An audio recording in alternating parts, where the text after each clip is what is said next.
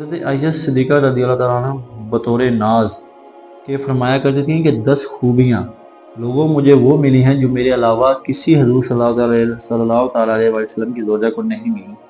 سب کی الگ الگ خصوصیات ہیں، سب کی الگ الگ شانیں ہیں، انفرادیت ہے۔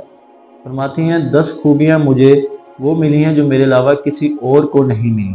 تو ہماری فرمائیں کون سی آپ کو وہ خوبیاں ملی ہیں جو آپ کے علاوہ کسی اور حضور صلی اللہ تعالیٰ علیہ وسلم کی زوجہ کو نہیں عطا ہوئی۔ پھر فرمانے لگی لوگوں میرے علاوہ نبی کریم صلی اللہ تعالیٰ علیہ وسلم نے کسی کنواری عورت سے نکاح نہیں فرمایا۔ پھر فرمانے لگی میرے علاوہ حضور صلی اللہ تعالیٰ علیہ وسلم کی کوئی بیوی ایسی نہیں ہے، کوئی اہلیہ ایسی نہیں ہے کہ جس کا باپ بھی مہاجر ہو اور جس کی ماں بھی مہاجر ہو۔ پھر فرمانے لگی لوگوں اللہ تبارک و تعالیٰ کا کرم دیکھو، رب کریم نے میری برات اور میری پاک دامنی کا اعلان عرش سے جاری فرمایا ہے۔ عرش سے حضرت عائشہ صدیقہ رضی اللہ تعالیٰ عنہا کے بارے میں 18 آیتیں سورہ نور میں نازل ہوئیں۔ پھر سیدہ عائشہ صدیقہ رضی اللہ تعالیٰ عنہا فرمانے لگی کہ میں ہی وہ خاتون ہوں کہ نکاح سے پہلے ریشمی کپڑے میں میری صورت لپیٹ کر حضرت جبرائیل علیہ السلام آپ صلی اللہ علیہ وسلم کی بارگاہ میں لے کر حاضر ہوئے۔ اور پھر فرمانے لگی کہ میں ہی وہ عورت ہوں کہ حضور صلی اللہ تعالیٰ علیہ وسلم جس برتن سے غسل کرتے تھے تو مجھے بھی اس سے غسل کرنے کا شرف حاصل ہو جاتا تھا۔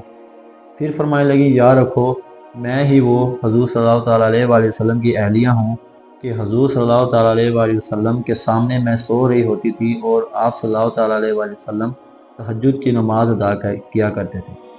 تو گویا جو انوار التجلیات وہاں نازل ہو رہی تھی ان میں سے مجھے بھی خیرات مل جایا کرتی تھی۔ حضرت عائشہ صدیقہ رضی اللہ تعالیٰ عنہا فرماتی ہیں کہ یہ میرا ہی مقام ہے کہ حضور صلی اللہ تعالیٰ علیہ وسلم میرے بستر میں موجود ہوتے تھے اور وہی نازل ہو جایا کرتی تھی۔ پھر ارشاد فرماتی ہیں کہ نبی پاک صلی اللہ تعالیٰ علیہ وسلم نے مجھے ہی وہ مقام عطا کیا۔ حضور صلی اللہ تعالیٰ علیہ وسلم کا نورانی وجود میری گود میں تھا جب نبی پاک صلی اللہ تعالیٰ علیہ وسلم نے وصال فرمایا۔